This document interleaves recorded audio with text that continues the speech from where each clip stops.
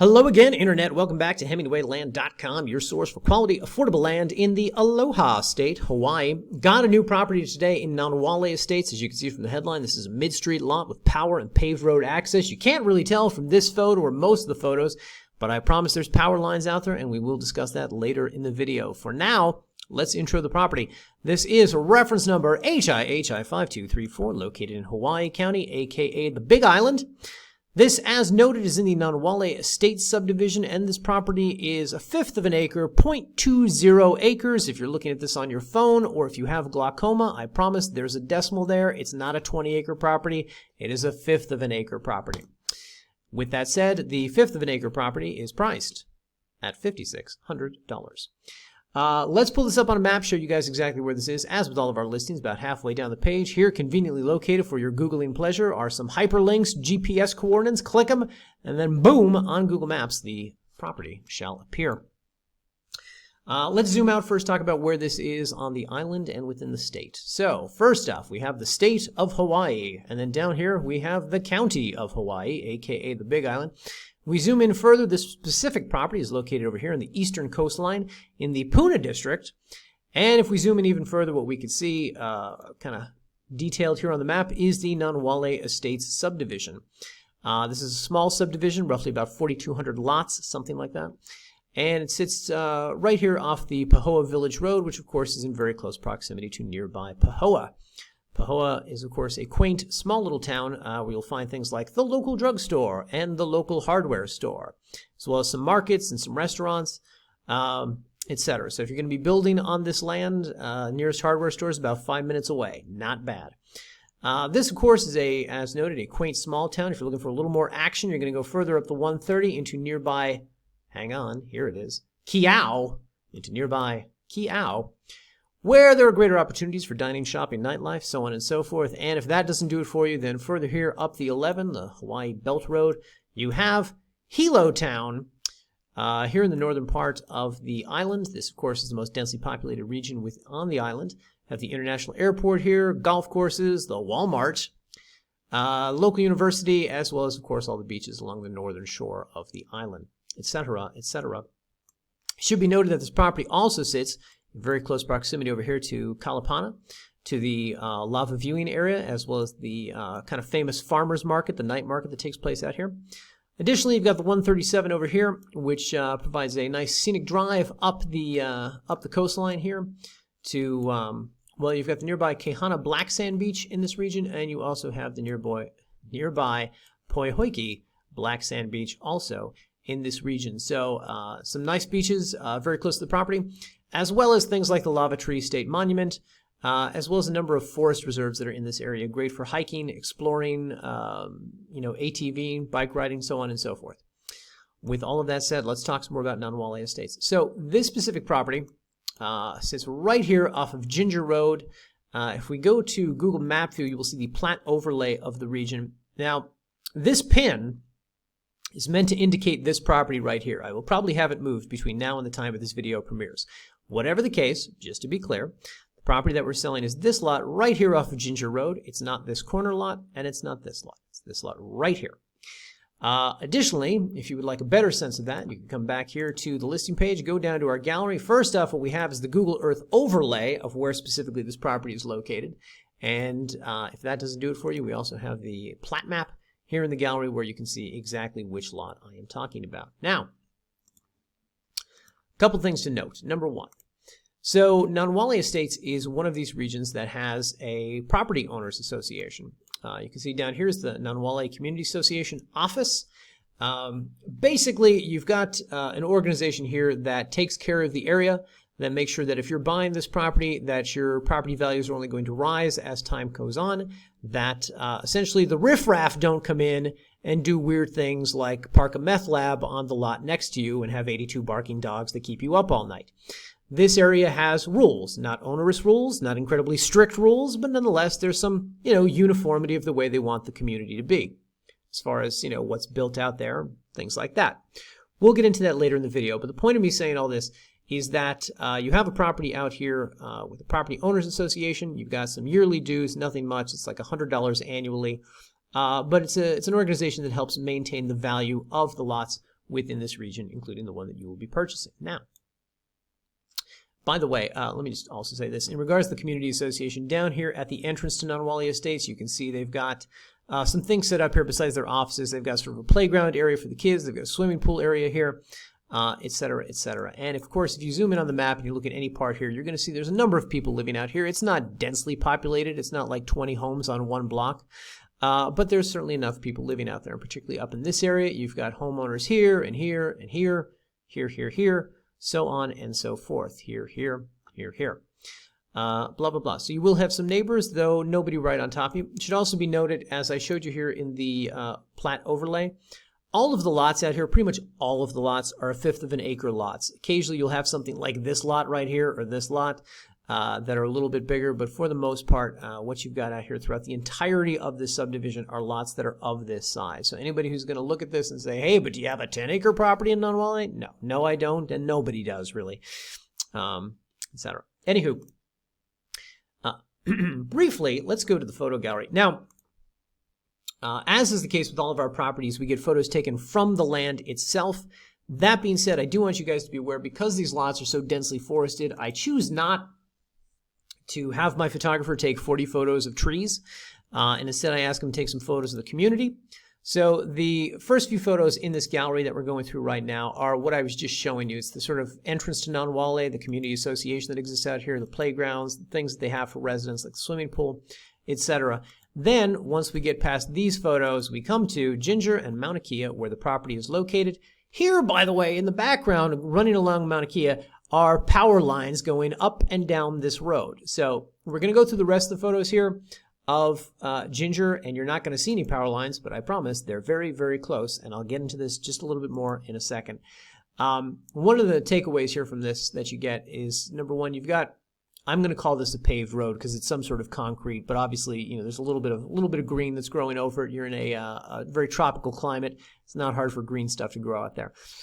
Point being, paved road, and a lot which has been, I'm going to say it's not as densely forested as a lot of lots in Nanawale Estates, so will probably not be as difficult to clear this lot to eventually build on, etc. Now, more photos of trees. Hang on a second. Once we get through this part of the gallery and you look at the property photos as well as the sort of, you know, light foliage that we have on this land, then you're going to get into the local community photos. So this is some stuff that exists in nearby Pahoa, as well as the surrounding areas. You got some churches. You've got some really beautiful region of Hawaii here, basically fulfilling the cliche that Hawaii is paradise, a gorgeous, gorgeous paradise.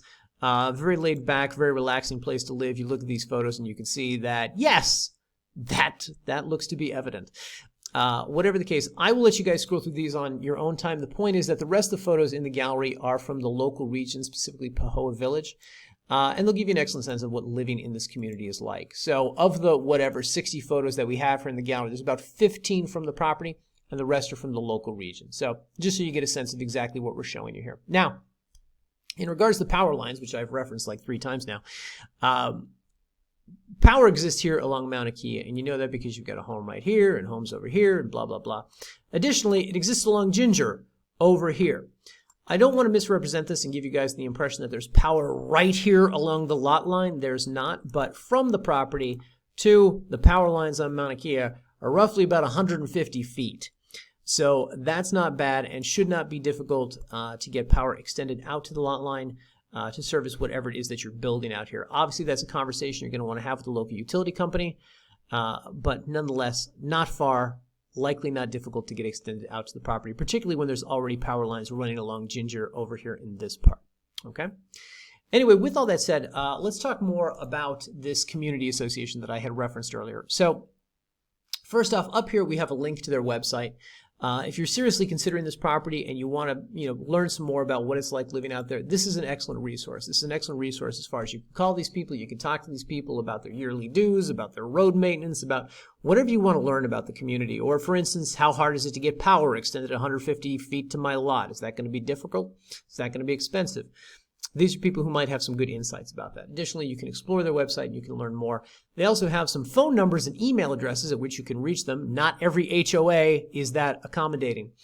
More to the point, however, what I want to make you guys aware of is that, so mentioned earlier that a POA like this has regulations. If you come up here, click on this PDF, POA Yearly Regulations, CCRs, right here, the PDF.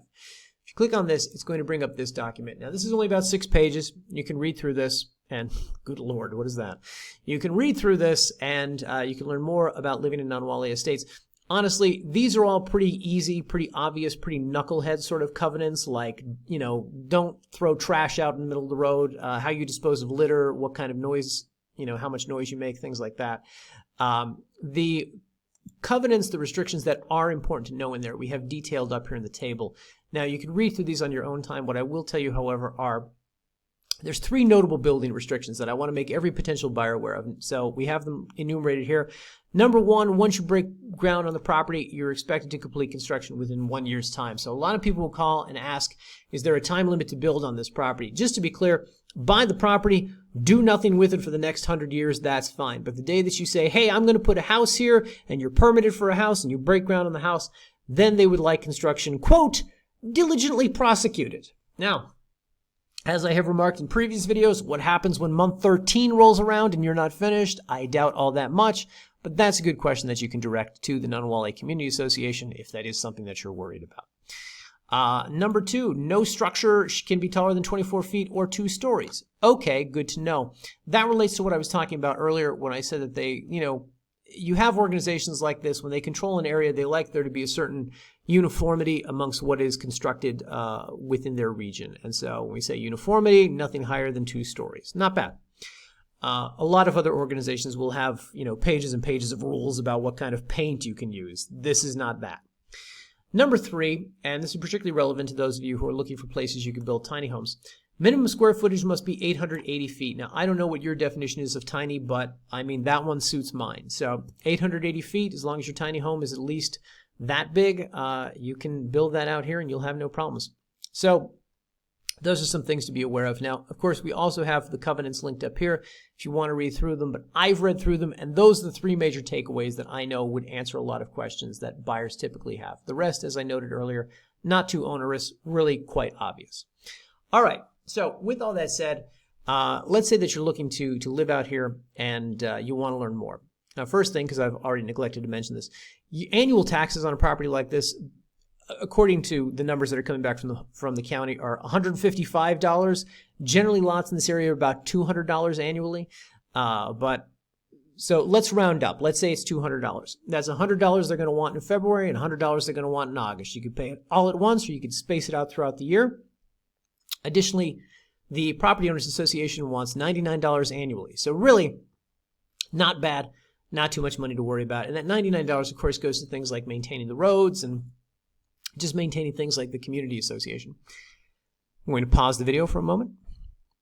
Furthermore, if you're looking to do some research on living out there, we have some helpful links provided up here. So the first one that I'm going to mention is the Puna Web. Puna Web is a sort of helpful online forum. If you click it, it'll bring this up. It's Puna Talk. As noted, this property is in the Puna district, but if you specifically have questions and you want to reach out to people who actually live in Nanawale Estates, you can go here on this forum. You can address them there. Additionally, Nanawale Estates most likely has their own Facebook page where you can reach out to owners out there. And if you have questions about, practically speaking, what do I need to know if I'm going to live out here, or, you know, I need to get my land graded, you know, who's a good local that I could talk to about getting that done, who's affordable and, you know, does a good job. This is a good forum for something like that. Additionally, when we talk about getting the land graded, I just want to make you guys aware that we have this note up here, which is that most lots in Nanawale are densely forested. Anyone looking to build out here will first need to clear and bulldoze or doze the lot. This is done by obtaining a permit from the Public Works Department, which is then submitted to the Nanawale Community Association. Only once the office has your permit number can you begin clearing the lot. Now, if you'd like to see what something that looks like, I have a link here to a video. Believe it or not, there's a lot of videos on YouTube of people clearing lots in Nanawale Estates. So just type it in, you'll find it. This is overlong, a little boring, but very informative. And if you click it, it'll bring up this page, and you can watch a bulldozer dozing the land in Nanawale Estates from start to finish, by the way. And it's only about an hour video. It's recycling right now, so we'll go back here. Anyway, point being, that is something else that we've provided for you to help you with the research. Now, additionally, I want to make you guys aware, down here under our county contact information, we have the local phone number here for HELCO, the HELCO office. That stands for Hawaii Electric Company. And if you click on that, of course, it'll bring up their website. And those are the people who you can reach out to and get a sense of what is it going to cost for me to hook up power on my land. You've got a power pole roughly 150 feet from my lot. You know, what's the degree of difficulty or the cost that's involved in this, number one. Number two, a lot of you guys will call and ask me about drilling a well in Hawaii. Drilling a well is not as common as it is in the mainland. Out here, what is more common, because you're in a tropical climate, are things like rainwater catchment tanks. And if you click on this website right here, Waterworks Hawaii, it'll take you to the website of a vendor who installs these sorts of things on people's land. So if you have questions, again, about cost or about logistics with something like this, or, hey, I've lived in Michigan all my life and now I'm moving to Hawaii, how does this work? What do I need to know? You know, environmental concerns about how do I know I'm getting clean drinking water and bathing water? How does this filter? So on and so forth. You want to talk to local vendors. So this is an excellent place to, at the very least, start with something like that. If we had photos of all the homes within Nanawale Estates, you would see that probably most all of them are using a system like this for rainwater catchment and for, you know, furnishing their house with bathing water and drinking water. So something also that you should investigate. Blah, blah, blah, blah, blah. With all that said, guys, I would say that if you are interested in purchasing this property, we very helpfully have a link up here. It's a Buy Now button. Come up here, click this. It will bring up this secure checkout page where we will ask you for some information for the deed, legal name for deed, marital status, tax address, where's Hawaii County going to send the yearly bill. You fill all this out, agree to the terms of service, and on the next page you can enter credit or debit card information to purchase the property. Quick thing, guys, it's a $5,600 property with a $150 doc prep fee, $5,750 total. If you have a credit or debit card that cannot accommodate that type of purchase, or that purchase is so far outside your regular spending habits that it's going to get flagged as fraud, just contact our offices. We could send you whatever, 6 $1,000 checkouts or 12 $500 checkouts, or we can accommodate any sort of math to make this work. If you have daily spending limits on a debit card, you can only charge $2,000 a day. We'll make it work. But this checkout is just set up for one option. So just contact our offices, 702-919-7170, or shoot us an email, support@hemingwayland.com, and we can work with you on that. Now, additionally, I also want to make you guys aware, if you're looking at, hey, I want to buy some property here, but I don't know about buying land on the internet, best thing we could recommend for you, come up here to our How It Works page, Buy It From Us. If you click on this, it'll walk you through what this process looks like. Or we would also suggest that you could close through a title company. With that, we'll ask you for about a $500 deposit. You put that down, and then it'll go through a process like this. You place the earnest money deposit, we'll draft a contract, sale, purchase agreement. You sign it, we sign it, we'll submit it to a local title company, and they will do the rest. And the benefit for you, the buyer, of course, number one, is that you're getting title insurance. And number two is that we cannot touch the rest of your money until such time as the property has been deeded into your name. So if you're looking for that extra degree of security, a title company is an excellent way to go.